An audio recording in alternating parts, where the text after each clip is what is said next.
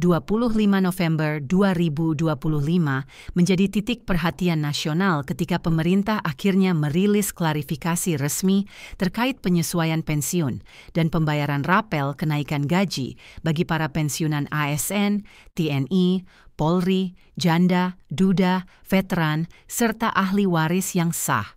Setelah berbulan-bulan gelombang informasi simpang siur membanjiri media sosial, percakapan daring, dan pesan berantai, penjelasan pemerintah ini langsung menarik perhatian jutaan penerima pensiun yang selama ini menunggu kepastian.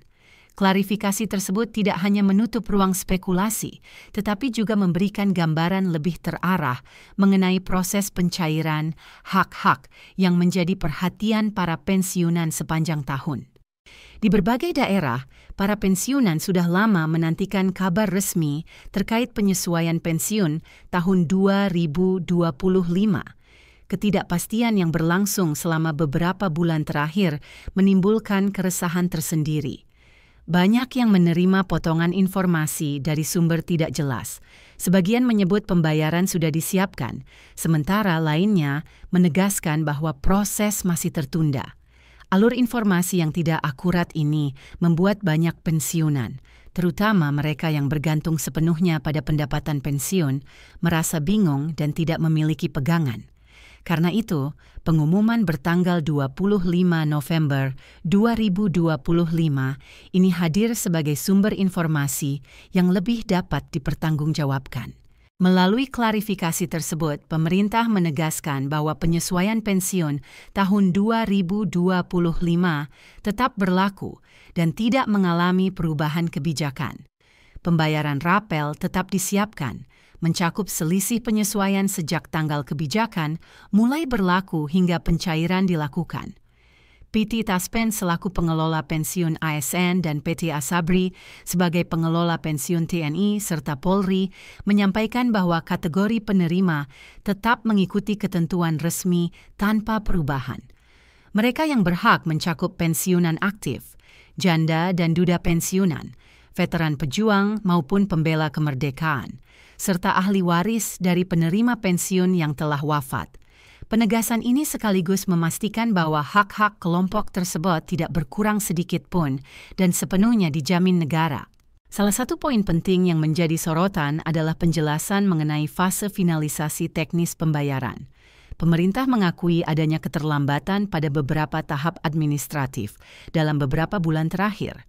Proses verifikasi dan sinkronisasi data antara Kementerian Keuangan, PT Taspen, PT Asabri, serta instansi administrasi di daerah memakan waktu lebih lama dari perkiraan semula. Mengingat jumlah penerima pensiun yang mencapai jutaan orang di seluruh Indonesia, proses validasi data yang teliti menjadi tantangan tersendiri. Pemerintah menegaskan bahwa kehati-hatian menjadi prioritas utama, karena kesalahan sekecil apapun, misalnya perbedaan masa kerja, golongan pangkat, atau status keluarga, dapat memengaruhi besaran hak yang diterima. Dalam penjelasan resmi 25 November 2025 tersebut, pemerintah memperkirakan bahwa pembayaran rapel akan berlangsung pada akhir November hingga awal Desember 2025. Namun waktu pencairan dapat berbeda antar wilayah, tergantung pada kesiapan data di masing-masing daerah. Wilayah yang lebih cepat menyelesaikan verifikasi akan menerima pembayaran lebih awal, sementara daerah yang membutuhkan pemeriksaan lanjutan akan menyusul kemudian. Pemerintah menegaskan bahwa perbedaan waktu ini bukan bentuk perlakuan khusus atau prioritas tertentu, tetapi murni karena kesiapan administrasi di lapangan. PT Taspen dan PT Asabri juga menjelaskan bahwa proses tidak dapat berjalan tanpa diterbitkannya Surat Perintah Pencairan Dana (SP2D) dari Kementerian Keuangan. SP2D merupakan dokumen hukum yang wajib ada sebelum dana negara dapat disalurkan oleh bank-bank penyalur. SP2D yang diverifikasi pada 25 November 2025 menjadi dasar utama seluruh proses pembayaran. Dokumen ini hanya diterbitkan apabila seluruh data dari Taspen dan Asabri telah dinyatakan lengkap, akurat, dan memenuhi ketentuan oleh auditor serta pejabat berwenang. Tahun 2025 juga menjadi periode yang lebih kompleks dibanding tahun-tahun sebelumnya karena adanya pembaruan formula indeksasi pensiun. Formula baru ini dirancang agar penyesuaian pensiun lebih sesuai dengan inflasi, kenaikan biaya hidup, serta kemampuan fiskal negara dalam jangka panjang. Karena itu, nilai penyesuaian tidak seragam antar penerima. Janda, duda, veteran, maupun ahli waris akan menerima nominal berbeda, tergantung pangkat terakhir, masa kerja, status keluarga, serta klasifikasi pensiun. PT Taspen dan PT Asabri wajib menghitung ulang seluruh komponen tersebut untuk memastikan perhitungan benar-benar sesuai formula baru yang diterapkan pemerintah.